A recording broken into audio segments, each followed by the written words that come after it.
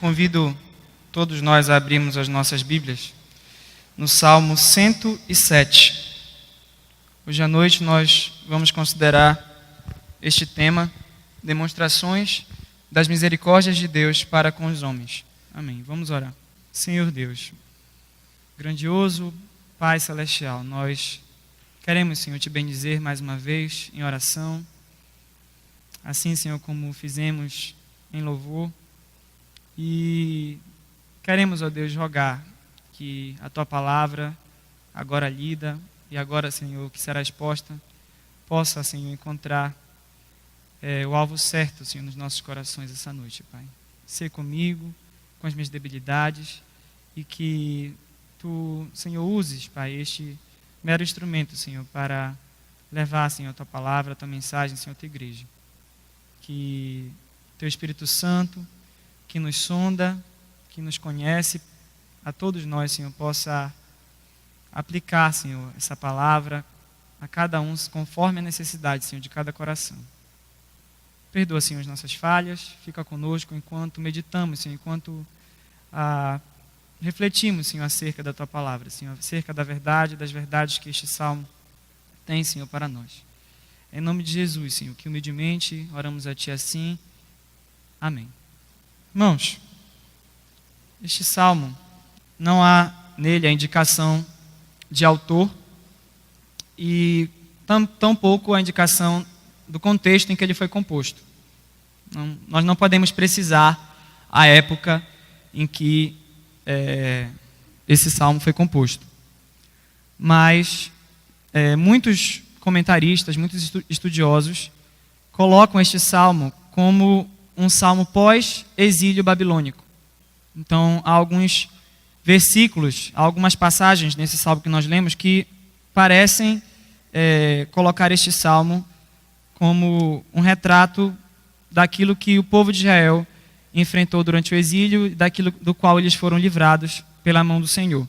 Então, você pode ver isso no versículo de 1 a 3, especialmente a parte do versículo 2, quando ele diz: digam-nos os remidos do Senhor, os que ele resgatou da mão do inimigo e congregou de entre as terras, do Oriente, do Ocidente, do Norte e do mar.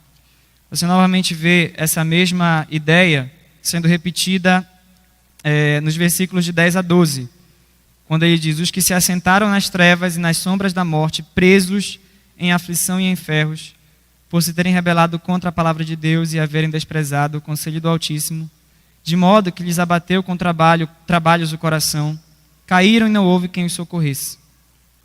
E especialmente no versículo 39 ao versículo 40, os dois versículos, quando ele diz: mas tornaram a reduzir-se e foram humilhados pela opressão, pela adversidade e pelo sofrimento. Lança ele o desprezo sobre os príncipes e os faz andar errantes, onde não há caminho. Então, não são passagens decisivas que nos obriguem a colocar este salmo como um salmo pós-exílio babilônico, porém, há uma tendência, dos estudiosos a colocá-lo assim, devido a essas passagens. Em relação à beleza artística desse salmo, eu não posso falar nada mais a não ser o comentário de João Calvino sobre o que ele faz sobre esse salmo, e eu acho que vale a pena compartilhar com os irmãos. O mestre de Genebra diz assim: este salmo é singular em sua própria construção e obviamente se destinou a ser cantado responsivamente, muito provavelmente como nós fizemos aqui na leitura. Ele possui um estribilho duplo, ou um verso intercalado, frequentemente recorrente, que foi justamente os versículos que os irmãos repetidamente leram. O primeiro estribilho se encontra nos versículos 6, 13, 19 e 28, e o segundo nos versículos 8, 15, 21, 31. Isto é, depois da descrição de uma classe de calamidades, vem o primeiro coro expressando o clamor ao Senhor por livramento. Em seguida, um versículo descreve o livramento como concedido, depois do qual segue o coro de ações de graças. E assim prossegue até o versículo 35, onde se termina o ciclo. Os irmãos devem ter percebido isso ao lermos a passagem, o Salmo. É preciso observar ainda que o segundo coro, algumas vezes, tem anexado outro dístico reflexivo, ilustrando o sentimento, como nos versículos 9 e 16. Há muitos outros exemplos de arranjo semelhante a este, que pode ser encontrado nos Salmos. Mas, e aí ele vai citar aqui outro comentarista, poucos deles são iguais a este, e nenhum superior. E ele continua dizendo: as belezas desta composição, muito interessante e sublimemente instrutiva, são muitas e notáveis, das quais se convencerá o leitor menos preparado que o examinar com algum grau de atenção. Em questão de beleza poética, vejam bem como o comentarista se posiciona. Ele pode, segundo os melhores juízes, ser classificado com as mais admiráveis produções de Teócrito, Bion, Mosco ou Virgílio. Poderia ser indubitavelmente enumerado entre os mais elegantes monumentos da antiguidade. É principalmente relegado, por sua elegância, ao plano e conduta gerais do poema. Celebra a bondade e a misericórdia de Deus para com a humanidade, demonstradas na assistência e conforto imediatos que ele propicia, nas mais severas calamidades, aos que imploram piedosamente seu auxílio. Em primeiro lugar, aos que peregrinam no deserto e experimentam os horrores da fome. Em segundo, aos que estão cativos, também aos que são afligidos por enfermidades. E, finalmente, aos que se veem à deriva no oceano. A prolixidade do argumento é aliviada ocasionalmente pela narrativa, e são adicionados abundantes exemplos da severidade divina em punir os perversos, bem como de sua benignidade em prol do piedoso e virtuoso. Então, esse salmo, ele de fato é um salmo muito belo, é um salmo que mostra toda a habilidade do poeta ao construí-lo. E não podemos deixar essa característica introdutória passar em branco. Também convém que nós discutamos aqui se aquilo que está descrito aqui neste salmo são fatos históricos ou figuras universais. Ao lermos o salmo, talvez nos perguntemos se os eventos aqui, eles se referem a situações específicas do povo de Israel, como já foi colocado aqui, né, por aqueles comentaristas que apoiam que esse salmo é pós-exílico. Ou se eles podem representar também infortúnios que podem acometer de maneira geral os homens, de maneira geral.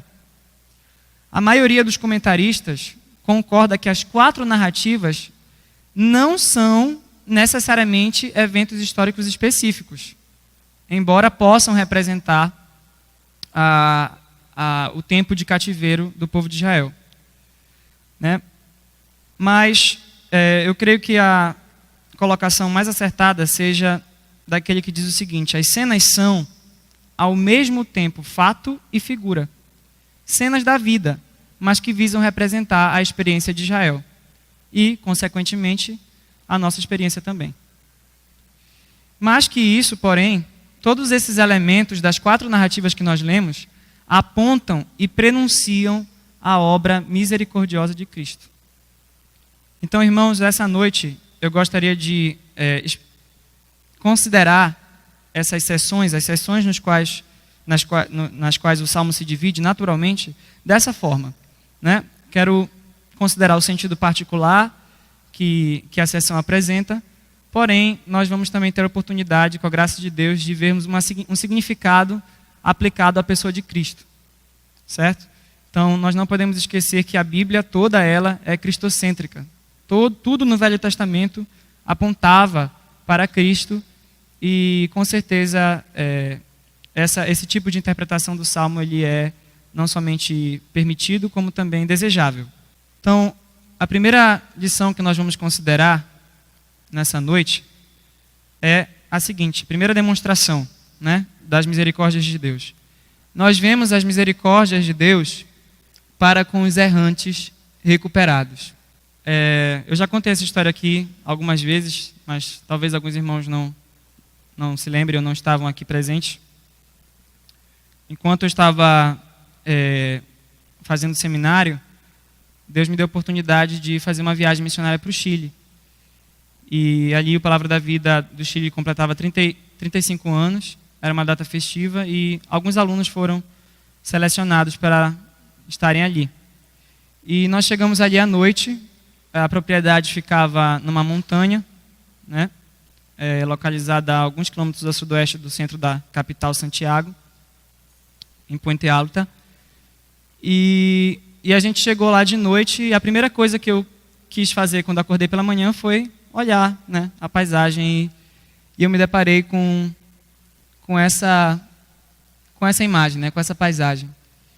E era um lugar muito bonito, porque apesar de estar em um lugar alto, né, olhando-se em direção ao norte, você via a cidade toda lá embaixo, então era um lugar bem alto, mas atrás da propriedade ainda havia montanhas mais altas. E me chamou a atenção, especialmente, esse pico e o desenho que a neve formava ali. E nesse dia ia haver um almoço especial com algumas pessoas, alguns missionários ali na Palavra da Vida, em comemoração a essa festividade, esse aniversário. E então uma das missionárias que estavam ali disse que sairia da propriedade e iria até a cidade para comprar algumas coisas, para preparar o almoço. E eu lembro que eu precisava tirar dinheiro, né, o dinheiro chileno. Então eu perguntei se ela poderia me deixar em algum lugar que eu pudesse tirar o dinheiro. E ela me deixou num shopping, a alguns quilômetros de distância da propriedade, e ela disse: olha, bem aqui embaixo tem uma feira, eu vou na feira, e eu volto em 10 minutos, em 10 minutos você volta para cá, para onde eu estou te deixando. Você volta para esse mesmo portão. E eu cheguei lá, de todos os sotaques que você possa imaginar do espanhol ao chileno, é o mais difícil de entender. Eu não conseguia entender o que estavam me dizendo sobre o caixa, onde é que ficava o caixa para tirar o dinheiro. Quando eu consegui entender, encontrei o caixa não funcionava, eu tive que encontrar outro. O resumo da história, eu não consegui voltar para o local em 10 minutos. E não tinha celular, não tinha absolutamente nenhum meio de comunicação. E quando eu voltei ali, eu fiquei esperando ainda mais alguns minutos, imaginando que a missionária não me deixou aqui sozinho. Não é possível.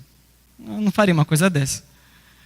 E passaram-se 10 minutos, 20 minutos, e eu entendi que eu tinha sido deixado para trás. E sem celular, sem comunicação com ninguém, começou a bater aquele desespero. Né? Não conhecia aquele local, não sabia onde eu estava. Então fui para um posto de gasolina que havia ali perto, onde havia alguns taxistas, mas por incrível que pareça, nenhum taxista conhecia a propriedade. Né? Não era famoso, não é famoso lá no Chile, tanto quanto aqui talvez, e ninguém sabia me dizer, e eu comecei a entrar em desespero, porque já tinha passado mais de meia hora que eu estava ali, e como é que eu ia voltar? E eu sentei na calçada, na esquina do shopping, abaixei a cabeça e pedi a misericórdia, a graça de Deus nesse sentido. Né? E depois que eu terminei de orar, eu lembrei justamente dessa imagem, lembrei dessa montanha, e eu pensei que de repente ela poderia estar ali. Era uma cidade toda rodeada, né, pelas montanhas, e eu comecei a olhar para cima. Comecei a olhar em direção para ver se eu conseguia encontrar alguma coisa que fosse parecida. E bem ao longe estava justamente o mesmo pico, com o mesmo desenho, e eu sabia que eu tinha que ir para lá. Né? Então fui caminhando, era mais ou menos uns 6, 7 quilômetros, e cheguei lá bem depois do almoço, recebi uma bronca, e fiquei pensando como é realmente difícil, como é algo complicado estar perdido. Não sei quantos de vocês já experimentaram algo assim, mas a sensação de você estar num lugar do qual você não pode sair e sem se localizar, sem ter quem ajude, é uma sensação extremamente desconfortável e pode chegar a ser desesperadora. E se essa experiência para mim foi algo bem ruim, que se dirá em um deserto? que se dirá quando o que nós temos como ambiente não é uma paisagem amena, com sol de primavera, mas um deserto. E é justamente essa imagem que o salmista constrói dos versículos 4 ao versículo 9. Andaram errantes pelo deserto, por ermos caminhos, sem achar cidade em que habitassem. Famintos e sedentos, desfalecia neles a alma. Né? Versículo 4 e 5. Então, pensando no sentido particular, com certeza, irmãos, essa parte do Salmo pode ser aplicada à história do povo de Israel. Nós podemos associar essa caminhada, essa seção à caminhada do povo de Israel pelo deserto. Né? Voltando à história do Êxodo, é fácil nós nos lembrarmos de como por diversas vezes o povo se viu em apertos no que se referia a comida e água e abrigo também. Então, com certeza, quando o ambiente que se tem em vista é um deserto, a situação pode ser muito, muito mais desesperadora. Porém, irmãos, convém nós lembrarmos, jamais poderíamos esquecer disso, que o Senhor nunca os deixou necessitados, nunca os deixou desamparados.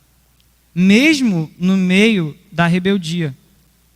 Se você abrir lá comigo em Êxodo, capítulo 13, versículo 21 e 22, o texto ele é muito, muito enfático. Em Êxodo 13, versículo 21 e 22, ele diz assim: o Senhor ia adiante deles durante o dia, numa coluna de nuvem, para os guiar pelo caminho, guardando do calor, com certeza. Durante a noite, numa coluna de fogo, para os alumiar, a fim de que caminhassem de dia e de noite. E aí reparem o que diz o versículo 22. Nunca se apartou do povo a coluna de nuvem durante o dia, nem a coluna de fogo durante a noite. Que Deus gracioso, que Deus misericordioso. Nós conhecemos a história do povo de Israel, como foi um povo rebelde, e em nenhum momento a Bíblia nos autoriza a pensarmos que Deus, apesar das disciplinas, dos castigos que aplicou ao povo, em nenhum momento nós somos autorizados a pensar que essa proteção, essa presença materializada do poder, da graça, da misericórdia de Deus para com o povo foi retirada do meio do povo. O versículo é enfático em dizer: nunca se apartou do povo a coluna de nuvem durante o dia, nem a coluna de fogo durante a noite. Mas nós enxergamos uma significação especial aplicada à pessoa de Cristo, desse primeiro quadro, quando nós lembramos que a condição de perdido, a fome, a sede e a exaustão são todas figuras que Jesus aplica a si mesmo em relação ao seu sacrifício. Ele se apresenta como caminho para os que estão perdidos. Ele se apresenta como pão da vida para os que estão famintos. Ele se apresenta como água viva, uma água que nunca mais te deixará sedento novamente. E como doador de descanso. Em João 7, versículo 37 e 38, ele diz: se alguém tem sede, venha a mim e beba.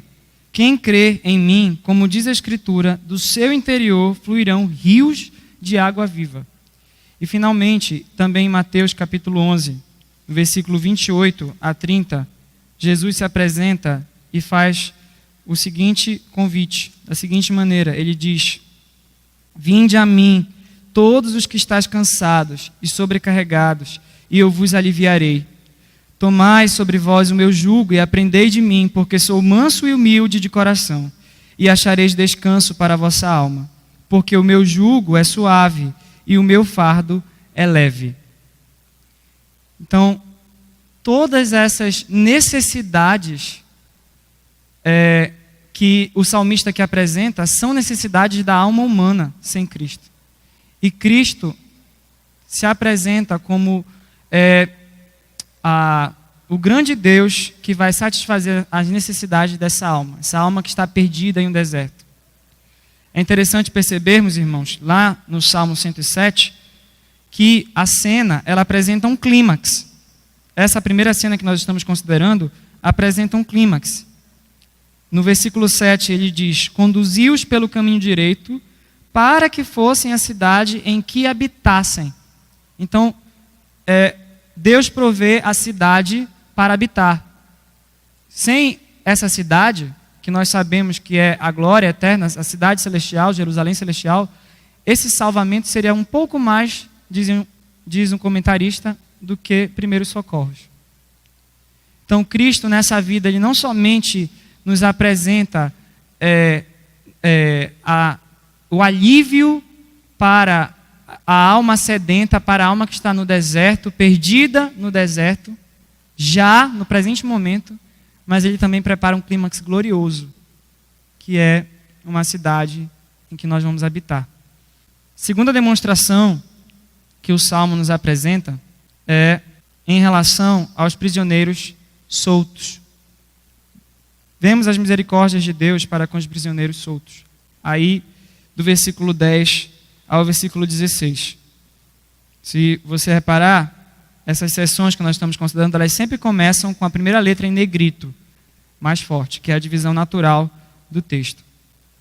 Aqui, irmãos, nessa sessão, os que se assentaram nas trevas e nas sombras da morte, presos em aflição e em ferros, por se terem rebelado contra a palavra de Deus e haverem desprezado o conselho do Altíssimo, de modo que lhes abateu com trabalhos do coração. Caíram e não houve quem os socorresse. Então, na sua angústia, clamaram ao Senhor e Ele os livrou das suas tribulações. Tirou-os das trevas e das sombras da morte, lhes despedaçou as cadeias. Rendam graças ao Senhor por sua bondade e por suas maravilhas para com os filhos dos homens, pois arrombou as portas de bronze e quebrou as trancas de ferro. Nessa sessão, irmãos, nós temos uma dimensão diferenciada de aflição, mais intensa que a primeira. Se nós repararmos bem, na sessão anterior não há nenhuma menção da causa da aflição, da causa de estar perdido, da causa de estar no deserto. No caso aqui, se você observar aí no versículo 11, a rebeldia contra a palavra de Deus, ela está explícita aqui, certo? Tanto através de uma desobediência ativa, quando ele diz que eles se rebelaram contra a palavra de Deus, quanto também através de um desprezo, né? Fazer pouco caso da palavra, uma espécie de desobediência passiva. Você desobedece a Deus não fazendo caso daquilo que Ele manda que você faça. Essa diferença de intensidade entre a primeira sessão e a segunda sessão, entre a sessão de estar perdido no deserto e a sessão de estar agora preso, certo? Ela não deve nos causar nenhum embaraço e nenhuma oposição entre as duas figuras. O comentarista diz: o homem, até que seja liberto, não está meramente perdido no mundo vasto demais para ele, como os viajantes do versículo 4. Ou engaiolado no mundo estreito demais, como estes prisioneiros. O comentarista diz: ele está em ambas estas condições. Então, o homem sem Cristo, ele não está somente perdido, ele não está somente preso, ele está perdido e preso. Certo? Então, na verdade, os irmãos vão acompanhar que cada sessão vai aprofundando mais o conflito, aprofundando mais a angústia. Essa sessão, como eu falei no início, é uma das principais partes do Salmo responsáveis pela atribuição a uma composição pós-exílica, pós-exílio da Babilônia. E é fácil nós associarmos essa figura, certo? Com o cativeiro. Porém, exatamente como no primeiro caso, essa sessão ela tem uma aplicação e uma significação na pessoa de Cristo e no ministério de Jesus Cristo. Então, vou pedir que os irmãos abram comigo lá em Lucas, capítulo 1, versículo 76 a 79. É o cântico, parte do cântico de Zacarias, e ele fala assim: Tu, menino, serás chamado profeta do Altíssimo, porque precederás o Senhor, preparando-lhe os caminhos, para dar ao seu povo conhecimento da salvação, no redimi-lo dos seus pecados, graças à entranhável misericórdia de nosso Deus, pela qual nos visitará o sol nascente das alturas, reparem no versículo 79, para alumiar os que jazem nas trevas e na sombra da morte e dirigir os nossos pés pelo caminho da paz. Na interpretação das Escrituras feita pelo próprio Cristo, nós vemos ainda essa realidade, essa aplicação de Cristo sendo aquele que liberta muito mais claramente quando ele vai à sinagoga, no capítulo 4 de Lucas, abram lá, confiram lá comigo, no capítulo 4 de Lucas, e ele vai à sinagoga em Nazaré, justamente o lugar onde ele foi criado, e ele entra na sinagoga, diz o versículo 16 e o versículo 17 diz: Então lhe deram o livro do profeta Isaías, e abrindo o livro, achou o lugar onde estava escrito: O Espírito do Senhor está sobre mim, pelo que me ungiu para evangelizar os pobres. Enviou-me para proclamar libertação aos cativos e restauração da vista aos cegos, para pôr em liberdade os oprimidos e apregoar o ano aceitável do Senhor. Tendo fechado o livro, devolveu-o ao assistente e sentou-se. E todos na sinagoga tinham os olhos fitos nele. Reparem como ele vai terminar, como ele vai, na verdade, começar a explicação. Ele diz: Hoje se cumpriu a escritura que acabais de ouvir. Então fica muito claro que Cristo, ele também encerrava essa prefiguração de aquele que liberta a alma do que está preso. Esse episódio que Cristo vivenciou, em contraponto com a sessão que nós estamos considerando, torna muito mais especial quanto aos retratos que a mesma dá aos prisioneiros, na sua postura ora de inatividade paralisada, ora de exaustão e colapso. Veja aí no versículo 10, do Salmo 107. Ele diz: Os que se assentaram nas trevas e nas sombras da morte. Então, aí é uma situação de estar preso e estar ali inativo. Você está preso ali, confinado. Mas no versículo 12, a prisão, ela se estende, a angústia se estende porque há trabalhos. Há angústia no sentido de que você é forçado a fazer um trabalho, que lhe cansa, que lhe exaure as forças. E então, o versículo termina dizendo: Caíram e não houve quem os socorresse. Então, vemos estes mesmos condenados clamando a Deus e sendo respondidos. Eles mereciam continuar ali presos, certo? Porque o versículo é claro em dizer que eles se rebelaram contra a palavra de Deus. Como eu falei anteriormente, essa sessão ela explicita muito mais a causa da angústia do que a sessão anterior. Então eles mereciam continuar ali presos. Mas, irmãos, é justamente disso que se trata a misericórdia de Deus. Ele não nos dá aquilo que nós merecemos. Esse é o nosso Deus. Ele olha para nós através de Cristo, através da cruz de Cristo, e Ele nos olha com misericórdia. E Ele não nos dá aquilo que nós merecemos pelo nosso próprio pecado. Nisso também nós vemos as misericórdias de Deus para com os filhos dos homens. Terceira demonstração neste salmo das misericórdias de Deus é para com os enfermos restaurados. Observe aí do versículo 17 ao versículo 22. Eu quero começar fazendo aqui uma observação que serve para todas as sessões, certo? Este salmo não nos dá base para nós crermos que todas as angústias, especialmente no que concerne agora as enfermidades, elas são derivadas diretamente de algum pecado específico que alguém cometa. A Bíblia não ensina isso.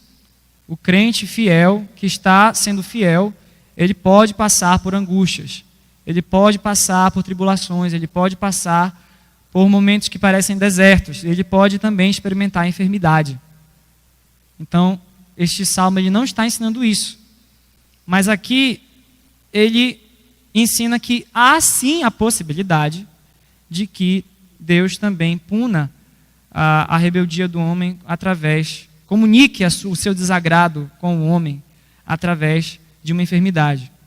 né? Então, nós vemos aqui uma situação de doença completamente diferente da situação, por exemplo, de Jó, que estava isento de culpa, né? O quadro aqui, ele na verdade é ainda mais intenso, como eu falei, é sempre uma gradação, é sempre aumentando a angústia. Ele é mais intenso e grave que o anterior. Por quê? Observe aí a primeira palavra, o primeiro substantivo que aparece no versículo 17. Os estultos. Certo? Então, essa palavra, ela denota não simplesmente alguém que é falto de entendimento, alguém que é ignorante por não ter tido a oportunidade de conhecer a vontade de Deus. Estulto aqui denota uma pessoa que é classificada do ponto de vista espiritual como tola, como ignorante, pelo fato de que, tendo conhecido a vontade de Deus, tendo conhecido aquilo que Deus exigia, deliberadamente decidiu não fazê-lo. É a única ocorrência dessa palavra em todo o livro de Salmos. Você tem essa palavra, estultos, no original, aparecendo diversas vezes, os irmãos devem imaginar, no livro de Provérbios, né? Mas o salmista aqui quis ser tão enfático que ele acaba, talvez de maneira inconsciente, colocando essa palavra, e essa palavra não aparece em nenhum outro lugar nos Salmos. Então é uma palavra extremamente forte. A conotação dela aqui é extremamente forte, de alguém que realmente, deliberadamente, não quer saber de Deus. E por isso é considerado um tolo, né? Também se torna mais grave porque isso não foi mencionado nas outras sessões. Observe aí no versículo 18. A sua alma aborreceu toda sorte de comida. Então essa enfermidade aqui era algum tipo de enfermidade que tirava o apetite, que tirava o prazer das coisas que Deus havia criado para o nosso próprio benefício. E o versículo 18 termina: e chegaram às portas da morte. Olha só que figura forte. Imaginem uma porta, e quem cruza esta porta, então deixa de viver, passa a estar morto. E o versículo diz que estas pessoas, pelos seus próprios pecados, estiveram às portas da morte. Um contraste muito grande com aquilo que também Cristo diz de si mesmo como sendo a porta. Então, Cristo é a porta para a vida eterna, mas a rebeldia desses homens os levaram à porta da morte, às portas da morte, aos portais da morte. Então, aqui a sessão ela se torna ainda mais angustiante, porque, embora nas outras sessões, nas sessões do deserto, nas sessões da prisão, houvesse a exaustão, houvesse o cansaço, a sequidão, não chegava ao ponto de se estar às portas da morte. E agora essas pessoas se encontram nesse estado. Então, nessa sessão, o pecado ele foi mais intenso e as suas consequências, elas também o foram. E nós podemos pensar, irmãos, em exemplos que acontecem ao nosso redor na sociedade. Com certeza, pessoas que se expõem, por exemplo, a drogas, ao uso de drogas, ao consumo de drogas, sejam elas lícitas ou ilícitas, essas pessoas estão sujeitas a sofrerem esse tipo de situação.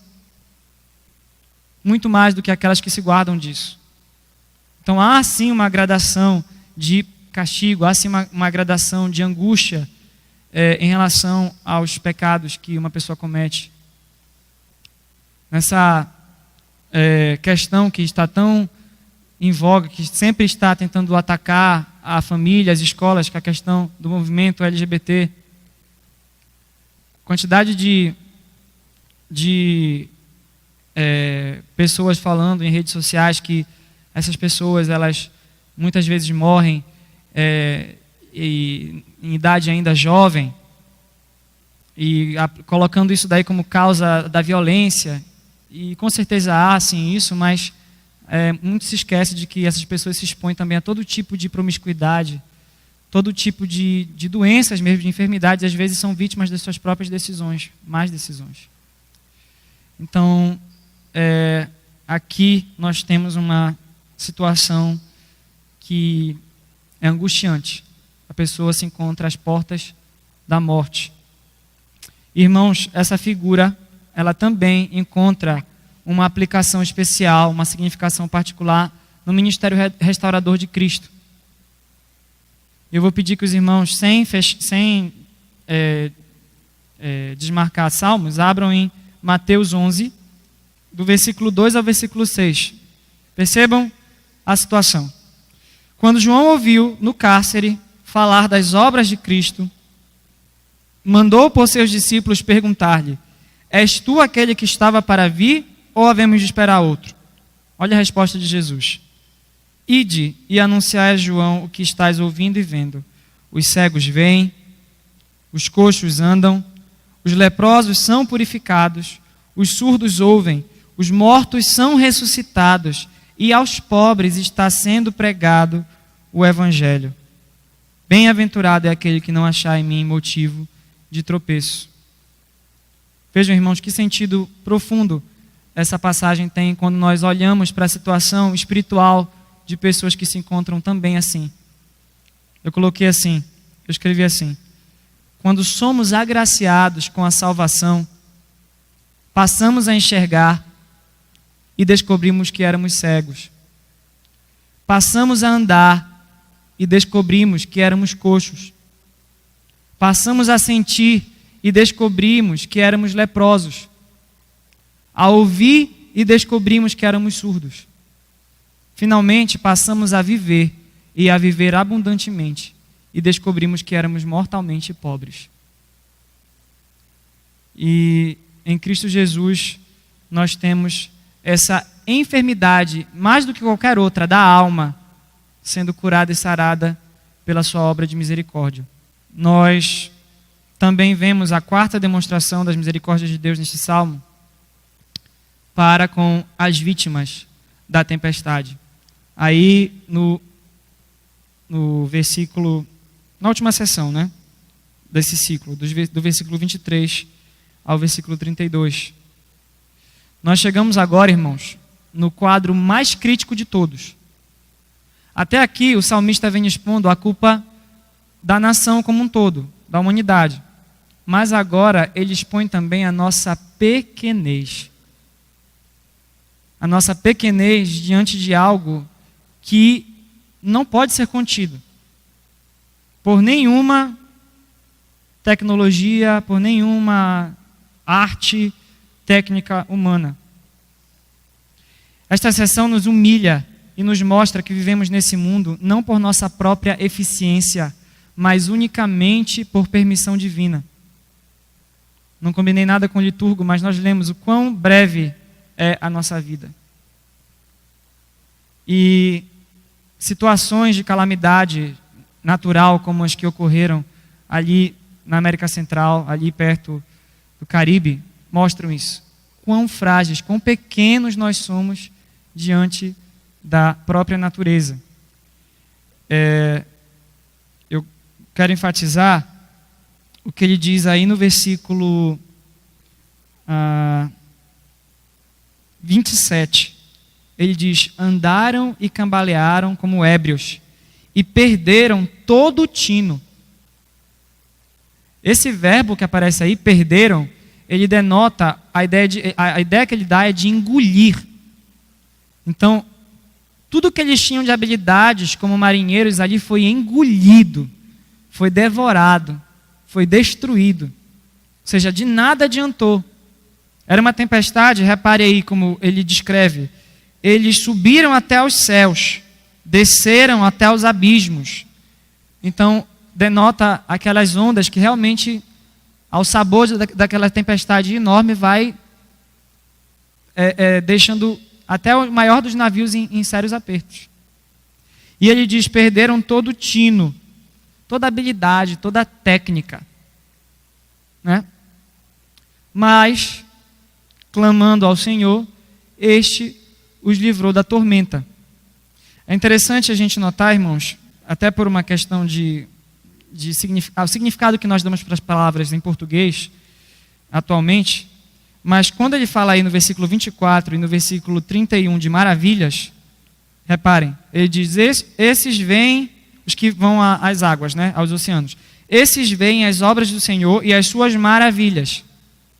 E depois no versículo 31, rendam graças ao Senhor por sua bondade e por suas maravilhas. Certo?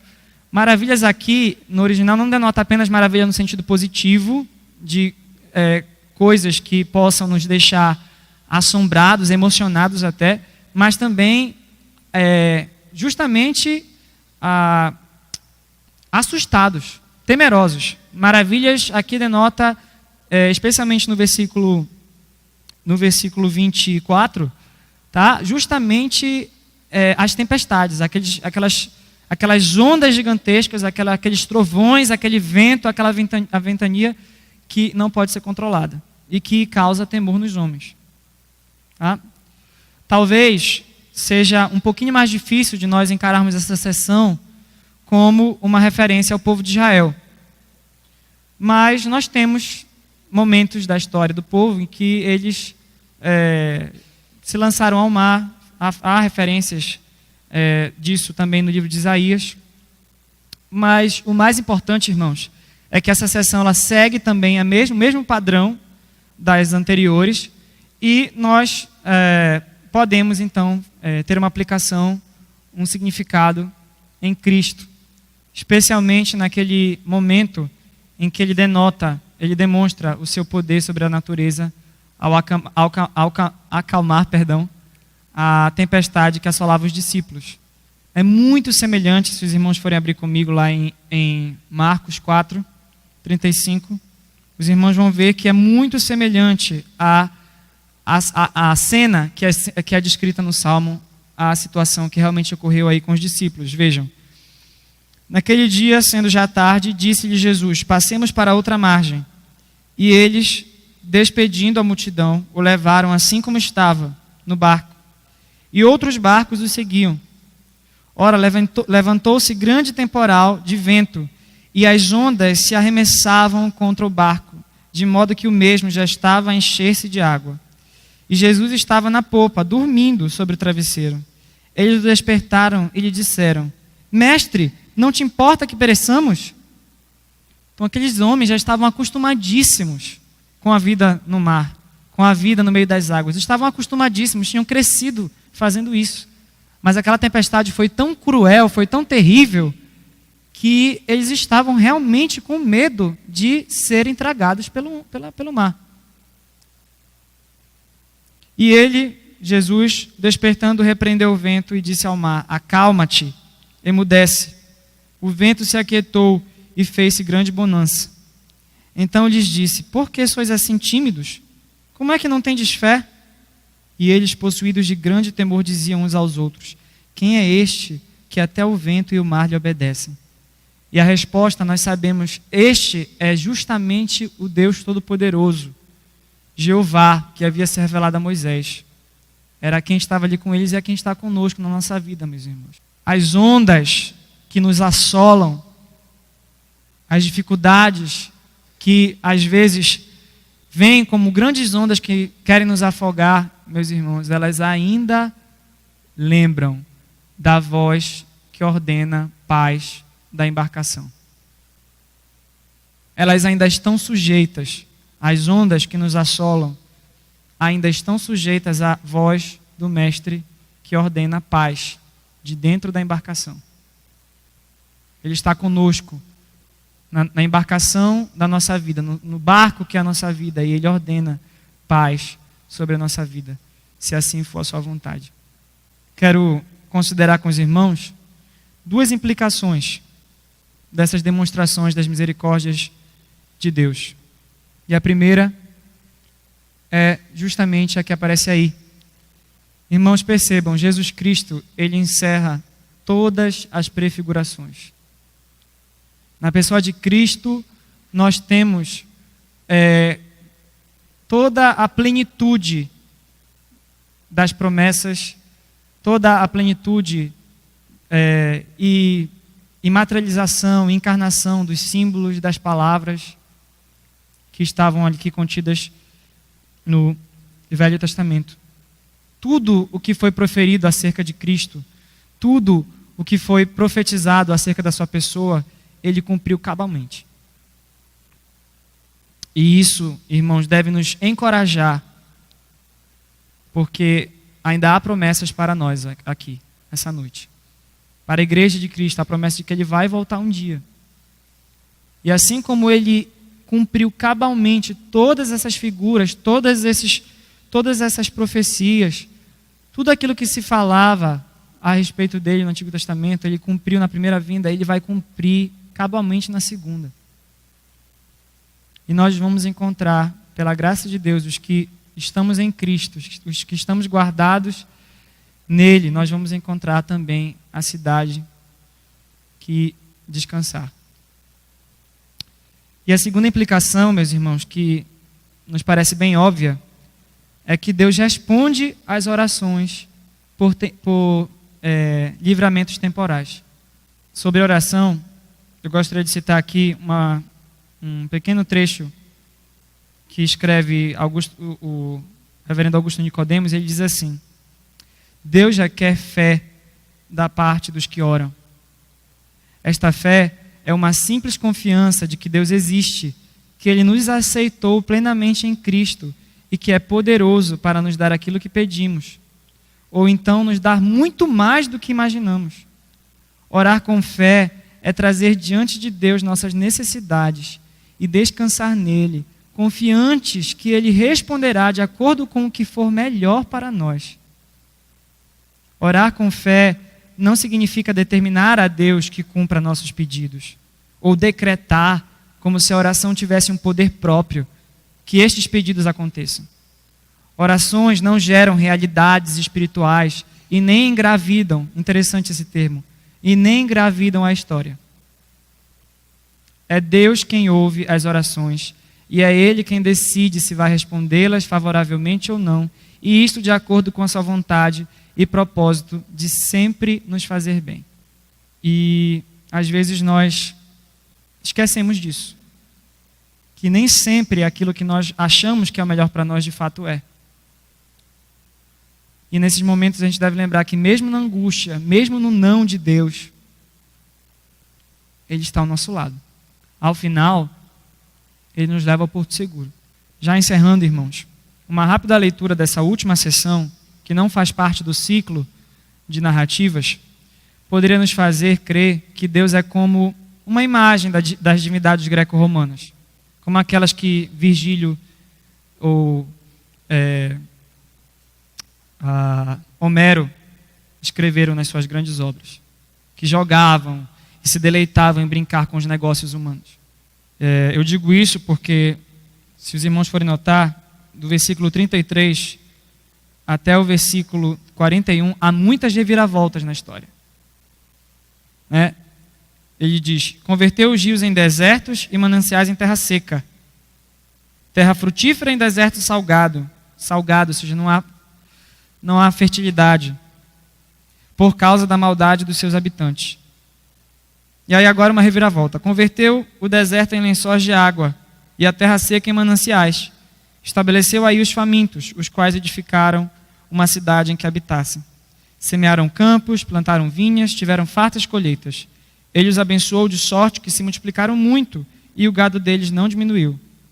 E aí uma reviravolta: mas tornaram a reduzir-se e foram humilhados pela opressão, pela adversidade e pelo sofrimento. Lança ele o desprezo sobre os príncipes e os faz andar errantes onde não há caminho. E aí mais uma reviravolta: mas levanta da opressão o necessitado para um alto retiro e lhe prospera famílias como rebanhos. Porém, irmãos, nós não podemos deixar de notar este detalhe do versículo 34 em relação a essas reviravoltas. Ele diz: terra frutífera em deserto salgado por causa da maldade dos seus habitantes. Então há duas coisas aqui que nós precisamos considerar sobre isso, sobre essas reviravoltas. A primeira coisa é que Deus, Ele é soberano. Nosso Deus, Ele é soberano e, diferentemente das obras clássicas da literatura universal, onde você tinha uma divindade causando a tempestade, o infortúnio, e a outra vindo e então dando a bonança, e uma protegia e a outra atrapalhava, o nosso Deus é um só e Ele é soberano sobre toda a história. Especificamente sobre essa observação do versículo 34, Calvino escreve: seria o máximo da estupidez se essas mudanças fossem atribuídas ao acaso. Terras frutíferas se tornaram infrutíferas e terras estéreis assumem um novo aspecto de vigor e fertilidade. E como acontece que uma região se torna estéril e outra fértil, contrariando o que costumava ser? Somente porque Deus derrama a sua ira sobre os habitantes de uma, subtraindo dele sua bênção, e torna a outra frutífera para nutrir os famintos penitentes. Então, essas demonstrações, elas são demonstrações que colocam a pessoa de Deus como alguém que age e mostra o seu desagrado e mostra o seu favor. A lição que esta sessão quer nos passar, como eu já falei anteriormente, é de que Deus é absolutamente soberano sobre todos esses infortúnios. Não importa o que ocorra nas nossas vidas, nas mãos de Deus, tudo redundará em bênção para aqueles que o reconhecem e o temem. Eu sempre, irmãos, vou insistir nisso. Quando eu tiver oportunidade, eu vou insistir nisso.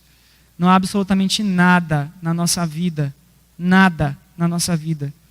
que uma vez que nós coloquemos nas mãos do Senhor, e se for pecado, que nós coloquemos nas mãos do Senhor de maneira arrependida, de maneira sincera, que Ele não use para benefício da sua glória e para o nosso bem. E eu acho que a ilustração máxima disso é o próprio Éden. Pensa, irmãos, quando Deus coloca ali o homem e a mulher no jardim, tudo perfeito, tudo harmônico, Ele só promete para o homem uma coisa, pelo menos o que foi nos revelado, que ficou como revelação para nós, que no dia que Adão comesse daquele fruto proibido, ele morreria. Foi o que Deus previu para Adão. Adão então cai, come do fruto, a morte entra no mundo, mas perceba, irmãos, que a maior das maldições, o último dos inimigos para o crente, é uma bênção. É o passaporte para estar com Cristo. E se Deus, na sua infinita graça e misericórdia para conosco, é capaz de pegar o maior dos inimigos, a maior das maldições e transformar em bênção, em transformar para algo que seja proveitoso, preciosa aos olhos do Senhor a morte dos seus santos. Se Ele é capaz de fazer isso com a morte, o que Ele não é capaz de transformar em glória, em bênção? Deus tem absolutamente todo o poder e toda a glória. E mesmo assim se presta a nos atender. Ele enviou a Jesus para arrematar de vez as demonstrações de suas misericórdias. E é por isso que nós estamos aqui essa noite. Eu queria ler com os irmãos parte do Salmo 103. Só volte um pouco as páginas da sua Bíblia. Eu vou ler do versículo 6 ao versículo 14, do Salmo 103. Vejam que consolo maravilhoso, irmãos. O Senhor faz justiça e julga a todos os oprimidos. Manifestou seus caminhos a Moisés e os seus feitos aos filhos de Israel. O Senhor é misericordioso e compassivo, longânimo e assaz benigno. Não repreende perpetuamente, nem conserva para sempre a sua ira. Não nos trata segundo os nossos pecados, nem nos retribui consoante as nossas iniquidades. Aleluia. Pois quanto o céu se alteia acima da terra, assim é grande a sua misericórdia para com os que o temem. Quanto dista o oriente do ocidente, assim afasta de nós as nossas transgressões. Como um pai se compadece de seus filhos, assim o Senhor se compadece dos que o temem, pois Ele conhece a nossa estrutura e sabe que nós somos pó. Cristo cumpre todas essas coisas ali na cruz. Ele afasta de nós as nossas transgressões. E eu já falei isso também para os irmãos em alguns momentos, mas como diz Paulo lá para os Filipenses, a mim não me desgosta e a vós outros é segurança que eu vos repita as mesmas coisas. E eu acho muito interessante o que ele coloca aí no versículo 12 do Salmo 103, quando ele diz: quanto dista o Oriente do Ocidente, assim afasta de nós as nossas transgressões. Talvez o salmista não tivesse essa percepção, mas é interessante, irmãos, nós percebermos, e eu coloquei aqui o globo para ilustrar isso, que o norte e o sul, eles se encontram. Se você estiver aqui no globo e decidir em direção ao norte, e indefinidamente em direção ao norte, em um determinado momento, quando você cruzar os polos, você vai começar a ir para o sul. E se você está lá em cima e decide ir para o sul, em direção ao sul, indefinidamente em direção ao sul, em um determinado momento, a sua bússola vai dar um giro e você vai começar a ir para o norte. Porque o eixo é esse. Mas perceba, irmãos, alguém que decida ir em direção ao oeste, alguém que indefinidamente decida ir em direção ao oeste, pode dar quantas voltas for no mundo, ele nunca vai passar a ir para o leste. Ele nunca vai encontrar o leste, ele vai continuar indo para o oeste. A mesma coisa se ele decidir ir para o leste. Ele vai indefinidamente dar quantas voltas for e ele irá para o leste. Não vai chegar um momento em que ele vai se encontrar e mudei de direção, agora estou indo para a direção contrária. O norte e o sul se encontram. O ocidente, o oriente, o oeste e o leste não se encontram. E o texto diz que quanto fica distante o oriente do ocidente, assim afasta de nós as nossas transgressões. Nosso Deus não coloca na mesa o pecado que Ele já nos perdoou. Amém, irmãos? Qual é o resultado de tais demonstrações de misericórdia na vida daqueles que amam o Senhor? Daqueles que chegam a reconhecer que há um Deus nos céus e que Jesus Cristo deve ser o caminho para esse Deus. Qual é o resultado dessas demonstrações? O Salmo 107